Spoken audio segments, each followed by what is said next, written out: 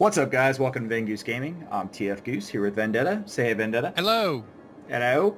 And today we are here to kick off, I guess, pretty much the beginning of a new series here with Cities Skyline, something we've been looking forward to here, yeah? Yeah, I mean, you'll see right here in the beginning, I had to log into Origin. Oh, wait. Oh, wait. No, I No, didn't. no doubt. Yeah, this is what you might call the spiritual successor to SimCity 2013. Others may call it what SimCity 2013 maybe should have been. So there's that. But regardless, if you're a fan of the city building genre, then this is definitely something to take a peek at. And we're just going to go through some of the main features of the game here and some tips we've come across so far. And then we'll also be starting up kind of a normal Let's Play type thing here as well too. So with that, I think we're just kind of starting off here looking at the roads, which is essentially how you get started here, right? Yeah, the roads. So there's, you got your multiple different types of roads. Right here, I'm just taking a look at, not highways, power. Power after the roads, yeah. After you get the initial road setup going and everything, obviously your next objective is to set power and water, I guess, which is a little different than in SimCity, right? Yeah, because you have power lines. So how power works in this game is you only need to connect it to a neighborhood, and then it hops from house to house, which is quite different from SimCity because it flowed on the road. Exactly, yeah. So that was just one of the major differences, I think, in SimCity, actually, or in the new one, where they went to that sort of simpler design. Mm-hmm. Because they used to make you run everything, and then they didn't. And now in this, we have to run stuff. But I like this because it's sort of like I guess, an amalgam of it. You don't have to run absolutely everything. You just have to connect your power to sort of the neighborhood, as you said. And the same thing with water, as you're showing here now. You need to run water pipes everywhere, and that's good, but you get kind of like an area of influence, as you can see. Yeah, exactly, and the water is quite generous. Water management is pretty easy. You unlock the sewage treatment option a lot later in the game, and that'll allow you to kind of purify your water, because there's an interesting mechanic, as you can see right there, that's pollution, and you do not want to have your intake pumps downstream from your pollution. Yeah, that would tend to make people sort of grossed out, Yeah, nothing like drinking poop water. Right, yeah, and they would tend to leave, so that's no good. So you definitely want to monitor the situation, monitor the flow of the water, the currents, and make sure that you're sending your pollution out, downstream from where you're actually, pulling your water in, because you don't want that to happen. So other than that, I think the standard stuff here, it really applies, power, water, fire, police, garbage. We're looking at garbage right now. You start off with just the ability to make a landfill, and then later on you can do those incineration options as well. And then, then you get your medical stuff as well, which you're looking at now. I didn't even get to see the hospital when I was playing. Yeah. This is kind of interesting, too, because another aspect is you have to keep up with corpses. And as morbid as that sounds, I mean, people die, and you have to get rid of the bodies. That is something that I can say, like, putting some solid amount of time into the game, that definitely becomes a problem a little later on. Police, fire are a lot easier to maintain, but for some reason, dead bodies kept piling up, and it was like you have to create cemeteries and then crematoriums, and it's kind of this teeter-totter game you're playing back and forth in order to get it, the correct amount of removal. Yeah, that's definitely something different, from the previous, iterations of games like this that I've seen. So now the education front is, pretty standard here. We have your normal options with that. A big difference here from SimCity is that there are definitely different types, of students. You actually have to cater to the various age groups and put down those buildings, to cater to those. So, and then of course we have your mass transit, and this, I expect, is going to be really, really, really key in managing your traffic. Absolutely. We'll do probably a separate video on traffic a little in the future, and we'll come back and talk about roads some more, as we did. We kind of started out in the beginning of the video. But here's some parks and some trees. Now, I've heard that trees help reduce pollution. I can't verify that 100%, but something interesting I found with parks is, you see how it's red there in my industry section? You actually want to place parks in your industry. because something I found out early on is in order to upgrade your level of buildings in your industry or your offices, or even your commercial, they want access to services, and that's something very different than SimCity did. That's interesting. Yeah, it's like it's called the levels of the buildings, I think, if I remember it right when I was looking through it myself. So you actually have to do some of the things that you wouldn't have thought would be necessary by putting stuff like parks in areas where you normally wouldn't, just to get access to that. And here we're taking a look at the budget screen, the economy area right now, where you can check out the different tax rates. And this screen is really interesting because you can actually modify the amount of money that you're flowing into each of your various services, and you can increase their efficiency, but it costs you more money than the efficiency you get back out of it. I think at a 50% increase, you get about 20% or 25% more efficiency out of your buildings. Right. And that's the deal. So, and then of course on this screen here that we're looking at, we're seeing what the effects are of leveling up your entire city via population. You unlock more and more things as you play, right? Yeah, absolutely. So as you increase your population, you get access to better and better stuff. Right there, I unlocked the metro station, the incineration plant, which you desperately need, especially later on when you get the higher population. Garbage becomes a serious problem, and the only way they give you to deal with it is by incinerating it. You also get more area to unlock, which is something, again, very different from SimCity. So the scale of your city can actually be expanded quite a bit. I think you get up to 9 times what the original starting area is, isn't that right? Yeah, exactly, up to 9 times. And so it makes it to where planning is, there you go, I go show a nice shot there. Planning is kind of tricky, and you have to kind of decide what, area you want to build out to maybe influence what kind of city you want to make.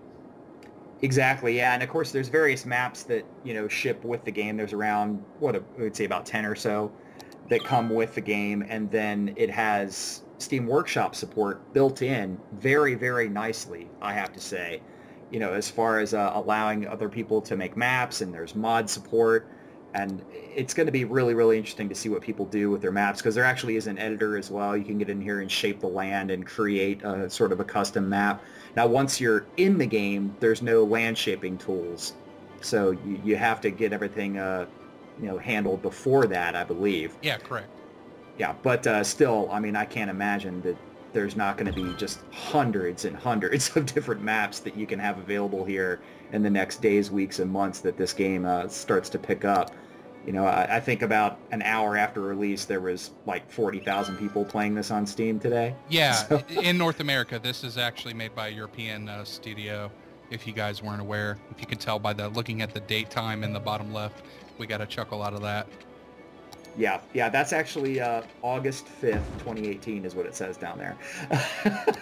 So it's a little strange for us in the States. We usually list, month first, but that's okay. Whatever you want to do. So here or there, you're placing out a university. Obviously, you get that nice big happiness boost, increasing your education and, making it so that you can supply some educated workers to the various industries around there. Again, it's very important if you want your areas to level up to be able to supply those educated workers. I think this game is much better at telling you what you need when you go to look for it. Yeah. But it's something where, and we're seeing this in some of the other reviews and such that I've seen, it's not so great after a while at giving you the reasons why certain things are happening. But if you investigate, if you go and look around and click on some of your buildings and some of your areas, then you can sort of get to the bottom of what's going on. Yeah, I would absolutely agree with that. And right here, we're looking at districts, which is kind of the ability to section off portions of your city and apply either different kinds of services or taxation or relief even. Like you can make an area and say, I want to give a tax break for, low density residential or low density commercial. And you also have some city planning that gives you some more benefits as well. I didn't have them unlocked at this time, but some of those get to be kind of interesting. Yeah, this is where you can get really, really granular as far as your management is concerned. And I think that the best part about this is where you can really sort of decide how you want your city to look, how you want it to function. Because, again, our previous experience, which you can't help but compare this to it. I mean, you just can't. Uh, you would have problems when you started reaching certain city sizes, when you would, start running out of room, of course, but it was also just your population density would increase, or you have certain pollution areas, stuff like that, where in this, you can section off a part of your city and say, you know what?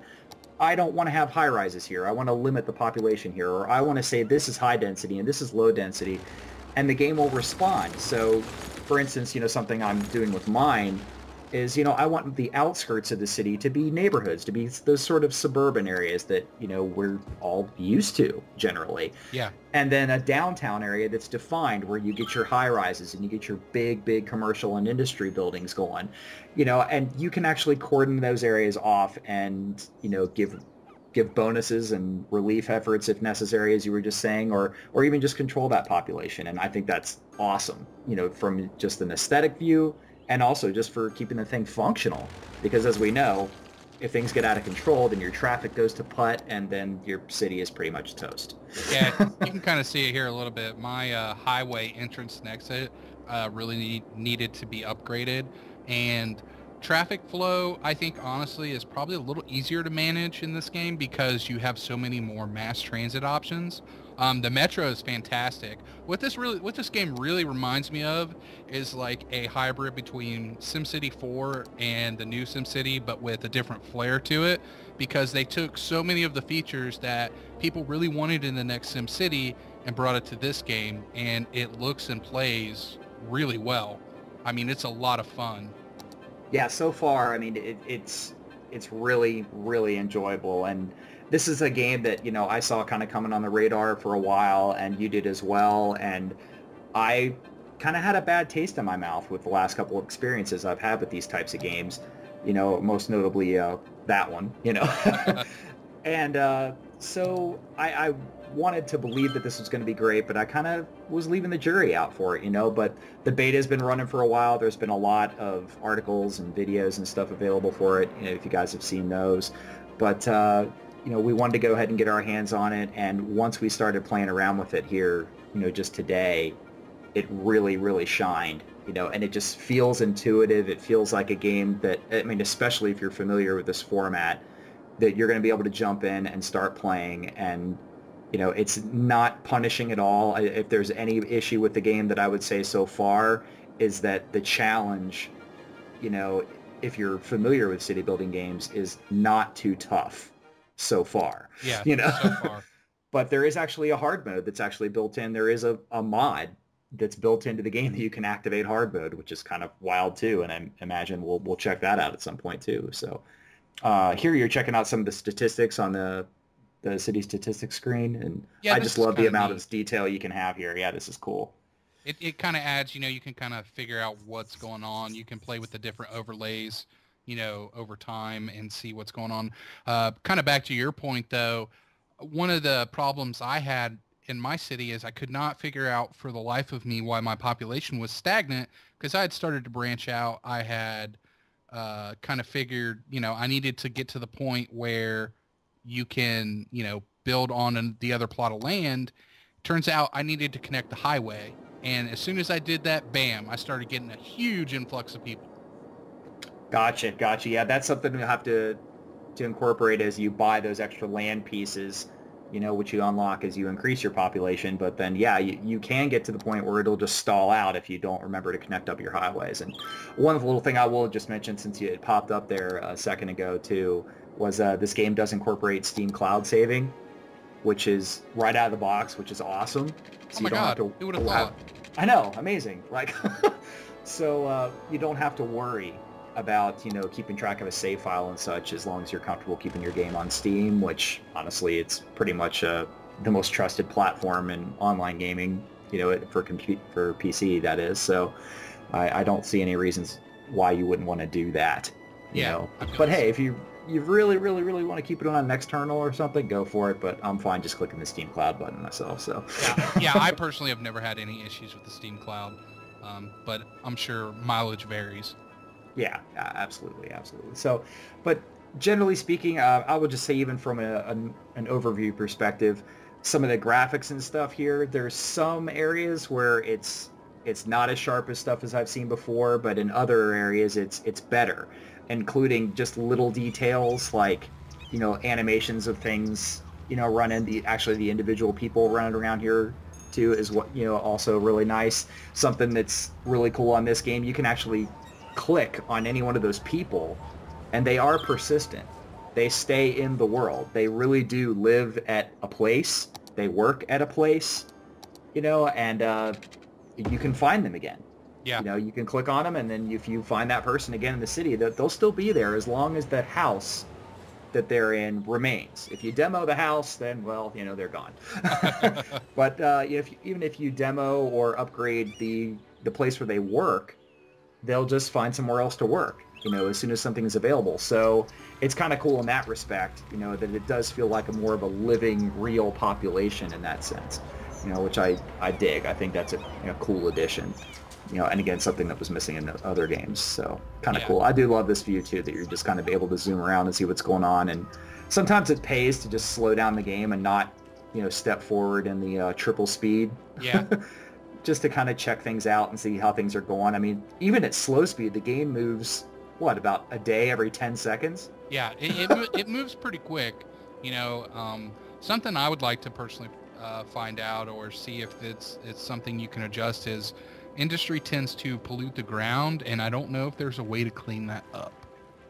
Yeah, I haven't been able to play with that much myself. If you guys listen to this and know and have any thoughts on that, feel free to throw it in the comments here. We're all still learning to play this game together, so that's something we haven't gotten through yet. But and it's possible, again, as you said, that the trees might help with that. I know the trees help with sound pollution, which is something that is a little different for me. You want to be careful about placing your industry too close to your residential for both ground pollution and sound pollution, problems. Commercial is less of a problem for that, and actually there's something to be said for having residential near your commercial. It can increase property value. Absolutely. But if you do have some industry really close to your residential areas, place a bunch of trees. Line the area with a ton of trees, and it can actually help reduce that. So something else to keep in mind. It's not just to make things prettier. And trees are pretty cheap. They're like, what, $10 when you put them down? Oh yeah, they're super cheap. Yeah, so no big deal there. So, and kind of expanding back to the roads thing, something I figured out early on is if you have only the 2-lane roads and you go to upgrade them, it will actually demolish your pre-placed buildings. Well, not your pre-placed, but your zones. Like, so it'll demolish all your houses. However, once you have your 2, or I think that's technically a 4-lane road, if you upgrade that to a 6-lane, it will not do that. So although you're going to have to start out with the 2-lane roads, get to 4-lane as soon as possible, because that's going to help you in the future manage your traffic flow. Yeah, and then again, there's no penalty after that for upgrading the road further to the 6-lane. So because it takes up the exact same amount of space. So yeah, You'll demo some houses when you do the first upgrade, but it's so worth it, especially in the long run.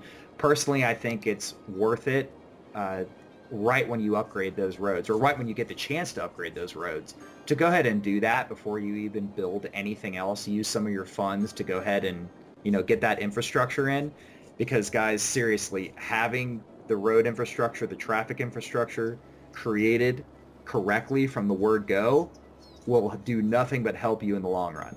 Absolutely. It's huge. It's paramount to having your city function. Yeah, cities live and die by their traffic flow. They really, really do. And that's one thing, I've seen actually, and again, some other comments and stuff on the game, is that the mass transit system is a little wonky to figure out at first. It is. But you got a good handle on, setting metro bus lines and such, right? I would say actually more the subway. The metro. Oh, really? But okay. Now that I understand how the subway works, I now understand how to get the bus lines working correctly, and we'll probably make a video on that as well.